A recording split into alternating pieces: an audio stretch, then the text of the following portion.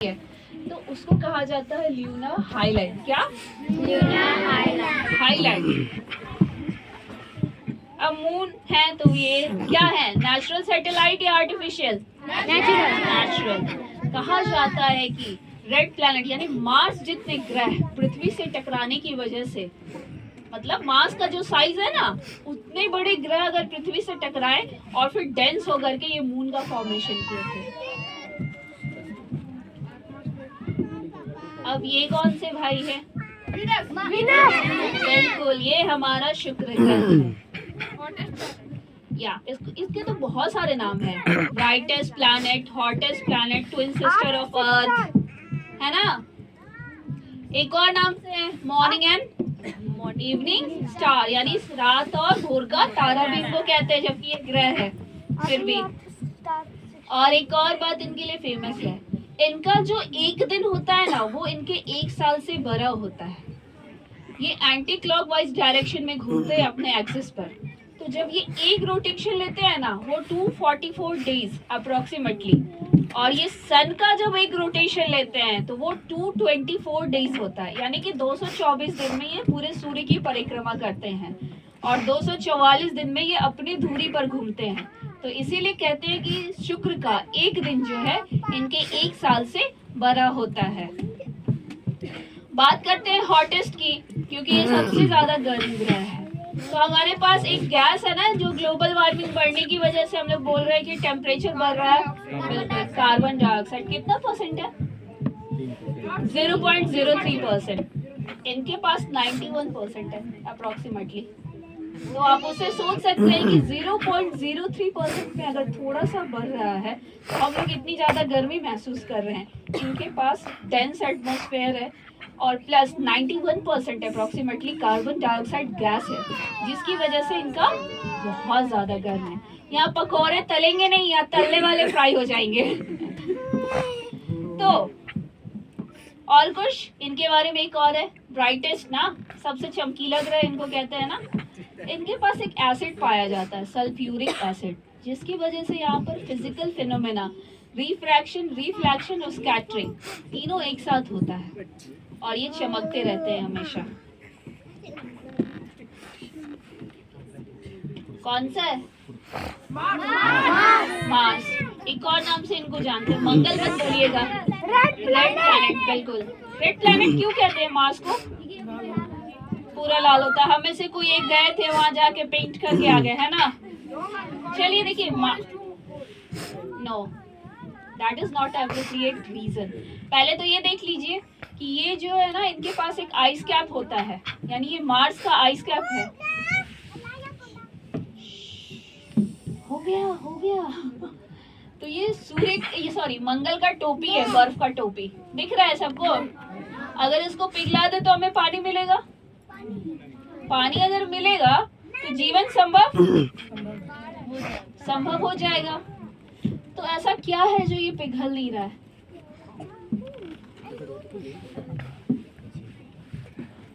इनके पास भी बुध की तरह वायुमंडल नहीं है, इसीलिए जो जिस अवस्था में है वो उसी अवस्था में रह गया है। और लाल होने का कारण है इनके सॉइल में और रॉक्स में आयरन और आयरन कंपाउंड, यानी लौह तत्व जो है वो पाए जाते हैं। इसलिए इनका कलर रस्टी आयरन, यानी जंग लगा हुआ लोहे का जो लाल कलर होता है, उस रंग का इनका कलर होता है। अच्छा, हमारे पूरी दुनिया में सबसे ऊंची चोटी का नाम क्या है? Mount Everest. हाइट है 8848 मीटर फ्रॉम सी लेवल, या कह सकते हैं 8850, 8861। तीन चार जितने बुक उतनी बातें, है ना। तो यूनिवर्स का अगर सबसे हाईएस्ट पीक पूछा जाए, यानी पूरे ब्रह्मांड का, तो ये हमारे मंगल पे है। उनका नाम है माउंट ओलंपस। क्या हुआ, गर्मी लग रही है? उनका कैप खोल दीजिए मैम, उसको गर्मी लग रही होगी। अच्छा, इनके लिए एक वीडियो चला देते हैं थोड़ी देर के लिए, 2 मिनट के लिए। आप लोग भी एंजॉय कीजिए फायरवर्क्स।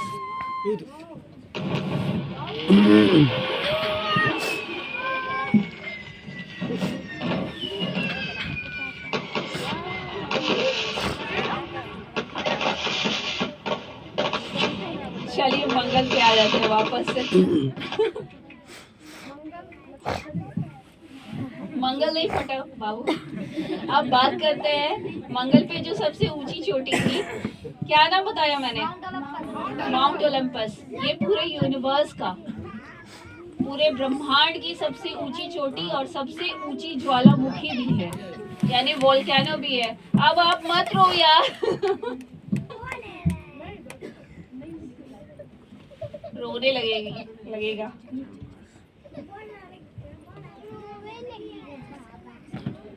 चलिए, अगर कोई इनका एक और नाम है, इनको ओलंपस मॉन्स भी कहते हैं। Olympus Mons. अगर कभी आपसे पूछा जाए कि वर्ल्ड की सबसे लार्जेस्ट पीक कौन सी है तो क्या बोलेगा? अभी इसीलिए बोलते हैं क्वेश्चन ध्यान से सुनिए। मैंने क्या कहा? वर्ल्ड की सबसे हाईएस्ट पीक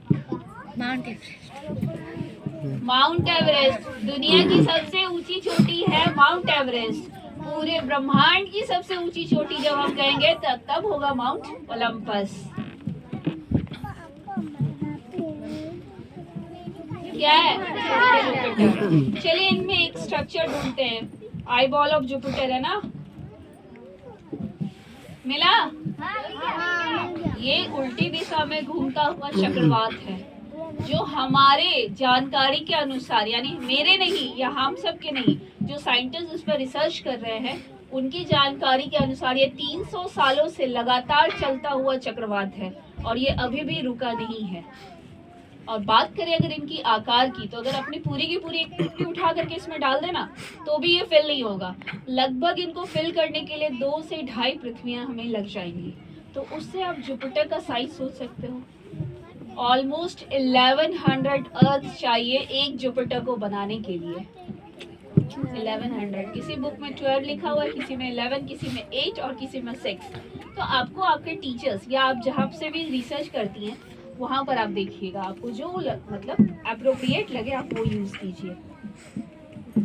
अब बात करते हैं इनकी, क्या इनको एक और नेम से जाना जाता है, क्या? ग्रेटेस्ट। महान तो है ही भाई, पूरा का पूरा गैसों से ही बने हैं, लेकिन इनको कहा जाता है गैसियस जायंट, यानी गैस का दानव। क्यों? तो इनके पास हाइड्रोजन, हीलियम, अमोनिया, सल्फर, ये सब बहुत ज़्यादा ही पाए जाते हैं। प्लस ये पूरे के पूरे गैसों से ही बने हुए हैं, इनमें रॉक मिनरल्स भी हैं। तो यही है, इनको कहा गया। एक और है हमारे पास सैटर्न।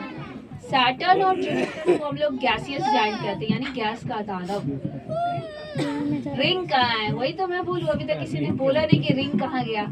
हमारा जो ऑब्जेक्ट है ना जिस पर आप ये देख रहे हो, ये 2D है, यानी 2 डायमेंशनल है, 2 आयामी। अगर ये 3D होता यानी 3 आयामी तो हमें इसके रिंग्स भी दिखाते। और बच्चों आपसे एक क्वेश्चन है, अगर आप 2D और 3D की बात जब भी करते हो तो ऐसा क्या है जो हमें 3D में दिखाई देता है और 2D में दिखाई नहीं देता? विद हाइट नहीं। यानी कि जब हम सीढ़ी, अगर हम अपनी एक आंख बंद कर ले और सीढ़ी चढ़ने की कोशिश करें तो जो उसकी गहराई होती है ना कि ये कितना ऊंचा लंबा चौड़ा, जो उसकी गहराई की अनुभूति हमें नहीं होगी। अगर कभी आप लोगों से कहीं भी ये क्वेश्चन पूछा जाए कि अपनी एक आंख बंद करके हमें किस चीज का अनुभव नहीं होगा, तो हम कह सकते हैं कि गहराई का अनुभव नहीं होता। यानी हम लोग दोनों आंखों से 3D ऑब्जेक्ट्स देखते हैं, तब ना कहते हैं कि ये इतना आगे में आपको खड़ा रहेगा, लेकिन वो कितना मोटा पर्सन है, कितना पतला पर्सन है, ये आपको पता नहीं चलेगा अगर एक आंख बंद करेंगे, दिखेगा हमें फिर भी। तो सैटर्न पे आते हैं। लेमनिश येलो कलर, नींबू का कलर दिख रहा है ना, इनके पास अमोनिया की मात्रा बहुत ज्यादा है। बाबू आप वहाँ बैठ जाओ, अंदर मत जाओ। चलिए अब देखते हैं यूरेनस और नेपच्यून। नेपच्यून,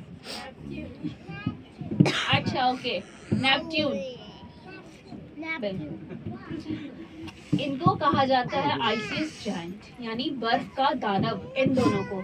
क्योंकि एक तो सब जाहिर सी बात है ये हमारे सूर्य से बहुत दूर है, तो इसीलिए यहाँ पर ठंडी बहुत ज्यादा है। जैसे हमारे पास पानियों का झरना होता है ना, इनके पास बर्फ का झरना है, आइस गीजर्स। अब वो ग्रह जिसको निकाल दिया गया, चलिए उसको उनको देख लेते हैं। चॉकलेट वेनिला आइसक्रीम जैसा दिख रहा है ना सब बच्चों? हाँ, अभी मम्मी से मान के देखो, उसके बाद मम्मी एकदम फ्लाइंग जेट नजर कर दिखाएगी और फिर चप्पल पता नहीं क्या क्या फ्लाई करेंगे। अच्छा, प्लूटो को हम लोगों ने निकाला है कि आज से हम प्लूटो को नामकरण नहीं पढ़ेंगे, ये किसी संस्था ने निकाला नाम? और कोई नासा के अलावा?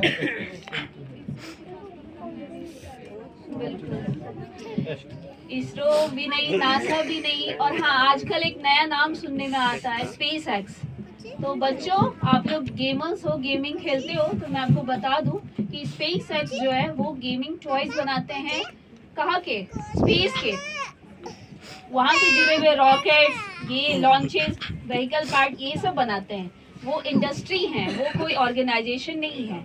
और हाँ, रही बात प्लूटो की, तो प्लूटो को निकालने वाला जो ऑर्गेनाइजेशन है उसका नाम है IAU, यानी इंटरनेशनल एस्ट्रोनॉमिकल यूनियन। ये फ्रांस में है। इन्होंने अगस्त 2006 में इनको प्लैनेट के क्राइटेरिया को फुलफिल नहीं करने की वजह से निकाल दिया। अब क्राइटेरिया की बात आई, तो क्या इनका क्या, क्यों ऐसा था, क्या एक ऐसी आदत थी जिसकी वजह से इनको हटा दिया गया प्लैनेट से? अपने ही आज को काटता है। हाँ बिल्कुल, इनको अपने क्लास में रहने की आदत नहीं थी, ये हमेशा बगल वाले के क्लास में घुस जाते थे। और कभी कभी तो बगल वाले के क्लास में नहीं घुसते घुसते किनके क्लास में रहते थे कि अपने बगल वाले को भी नहीं दिखाई देते थे कि भाई प्लूटो गया कहाँ। यानी कि अगर ऑर्बिट्स की बात करें, एस्ट्रॉइड बेल्ट एंड एक ऑर्बिट, फिर एस्ट्रॉइड बेल्ट एंड एक ऑर्बिट, तो जो 8वां ग्रह हमारा क्या है, नेपच्यून, वहां से भी ये दिखाई नहीं देते थे। तो अब जब इनको अपने कक्षा में रहने की आदत ही नहीं थी, तो इनको बोला गया कि भाई अब तुम मत ही रहो प्लैनेट। तो इससे क्या सीख मिलती है कि अगर अपने क्लास को सही से अटेंड नहीं करोगे तो क्लास से बाहर हो जाओगे। हाँ बिल्कुल, इन्होंने चीटिंग किया। इनका सबसे बड़ा चीटिंग था कि ये बहुत छोटे थे, और दूसरा चीटिंग था कि अपने क्लास में कभी भी नहीं रहते थे, सुनते ही नहीं थे कभी।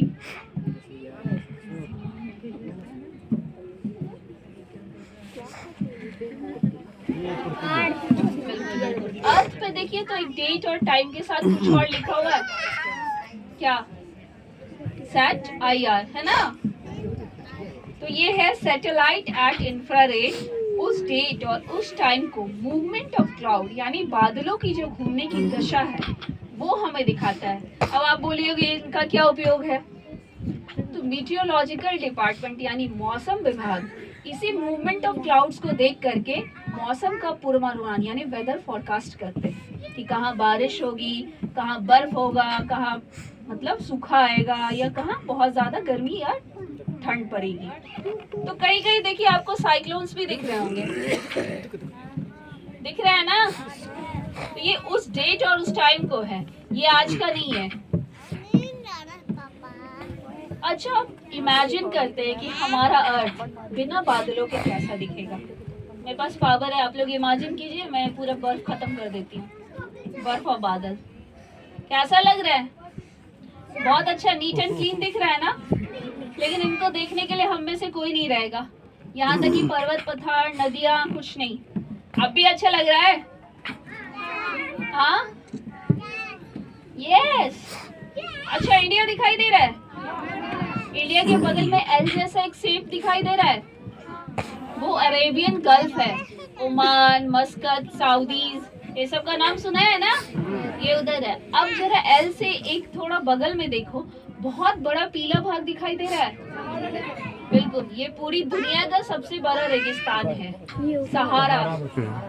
इंडिया का सबसे बड़ा अगर पूछा जाए मरुस्थल या रेगिस्तान तो वो है थार, और पूरी दुनिया का अगर पूछा जाए तो सहारा। अब देखते हैं कि अगर पूरी धरती पर एक समय में रात और दिन कैसे दिखाई देते हैं। इंडिया थोड़ी थोड़ी रात की ओर बढ़ रहा है, हम लोग भी रात की ओर बढ़ रहे हैं ना? अभी इंडिया ही में है ना हम लोग। तो चलिए पूरा नाइट टाइम कर देते हैं, दिन अभी अब खत्म ही कर देते हैं। अच्छा, ये चमक में वो क्या है, तारे हैं क्या? लाइट्स है, कंफर्म? आइस। अभी भी कोई नहीं बोला है भाई। लाइट्स है। लाइट्स है ना? बिल्कुल। लाइट्स क्या बताता है? यहाँ पर किसी का नाम विकास है? किन्हीं का? नहीं तो मैं बोलती कि विकास की ओर दर्शाता है, यानी कि क्या, डेवलपमेंट की ओर दर्शाता है ये लाइट्स, कि हम कितना ही ज्यादा ऊर्जा प्रोड्यूस कर रहे हैं, एनर्जी कंज्यूम कर रहे हैं, एनर्जी प्रोड्यूस कर रहे हैं, पावर इलेक्ट्रिसिटी जनरेट कर रहे हैं। अब जरा इधर देखिए तो, जो हम लोगों ने कहा था सहारा के बारे में, अब जरा उनका भी हालत देख लीजिए। बहुत ही कम, कह सकते हैं ना के बराबर। और ऊपर में एक देखे तो एक छिपकली जैसा आकार का कुछ दिख रहा है, यूरोप है वो। उसके यूरोप के आगे वाला भाग को देखिए कितना ब्राइटेस्ट है, एंड पीछे वाले भाग को देखिए वो कितना कम है, ब्राइटेस्ट है वो भी लेकिन कम है।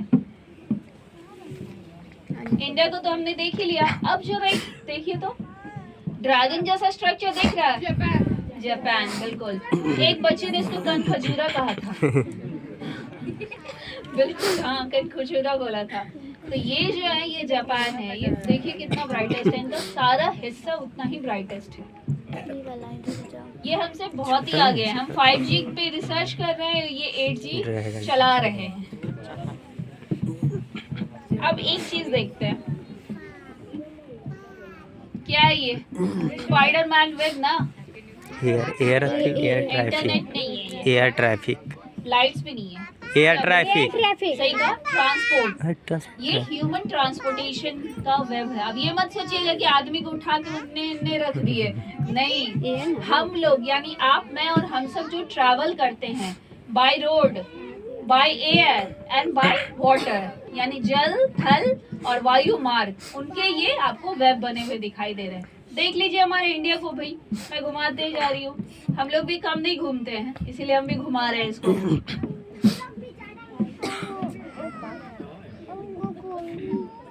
क्या है ये? इंटरनेट नहीं, kind of internet, Facebook. Over 10 million people यानी 10 करोड़ लोग जो है इस्तेमाल करते हैं फेसबुक को। मार्क जुकरबर्ग को हम लोग कितना ज्यादा फॉलो कर रहे हैं, सो देख लीजिए। एंड हाँ, जहाँ बात आ रही है कि इंटरनेट यूजर्स की, ओवर 10 मिलियन पीपल्स हम लोग इंटरनेट यूजर्स हैं, तो इसका अगर हम उपयोग करना चाहें सही से तो हम कितना अच्छे से कर सकते हैं, अपनी बात हम कहाँ तक पहुँचा सकते हैं। बट हम क्या करेंगे? हम तो उठेंगे, रील्स बनाएंगे और लाइक, शेयर एंड कमेंट करने लगेंगे, है ना? नहीं, बिल्कुल, रील्स भी बनाना उतना ही जरूरी है भाई आज के युग में, लेकिन इनसे हम अपनी बातों को भी रख सकते हैं। जो बात हमारे द्वारा हमारे ऑर्गेनाइजेशन नहीं सुन सकते हैं या नहीं सुनते हैं, तो उसको आप सोचिए एक पब्लिक प्रोफाइल के माध्यम से आप ये बातें कहाँ तक पहुँचा सकते हैं।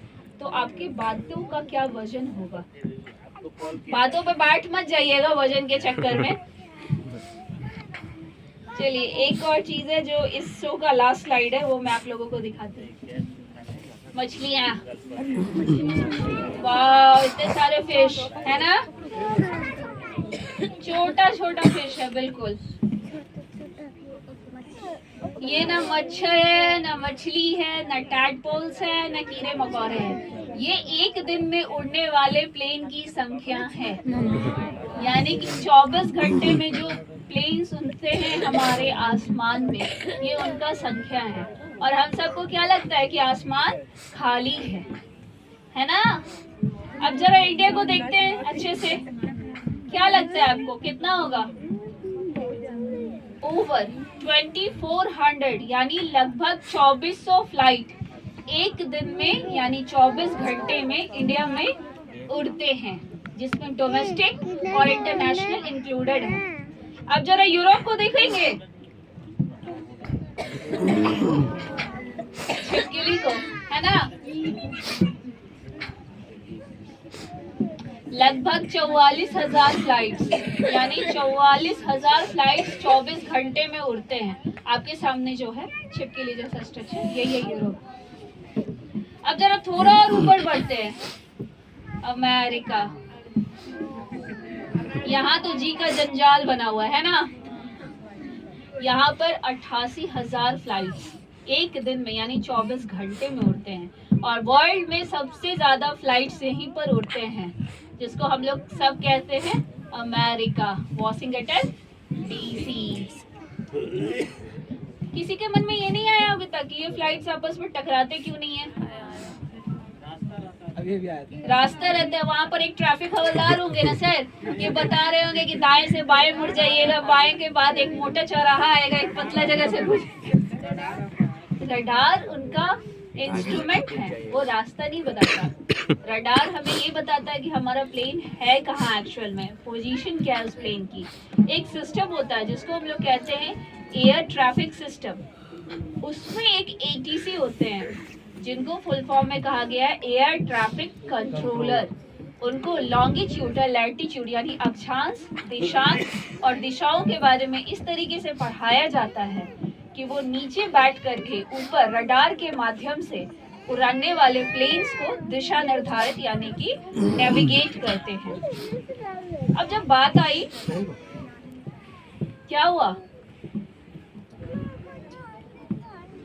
तू कहाँ थे? टकराने का है ना, नेविगेट करते हैं ना। तो किसी को यहाँ ATC बनना है?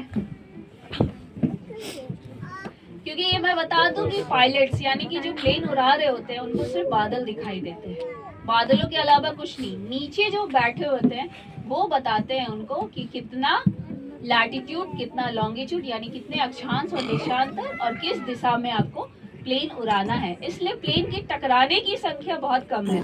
बाकी पक्षियों का और इन सब से जो चीजें से टकराते हैं, तो पक्षियों को तो हम लोग नहीं निर्धारित कर सकते कि भाई तुम ऐसे उड़ना, वो तो उनका जो इच्छा हो जिधर से भी उड़ेंगे, वो टकराएंगे तो गए हम लोग। तो नीचे जो ATC बैठे होते हैं उनके हाथों में ऊपर उड़ने वालों का जान होता है। आज के लिए बस इतना ही, धन्यवाद। आप सबको वापस से नववर्ष मंगलमय हो। धन्यवाद।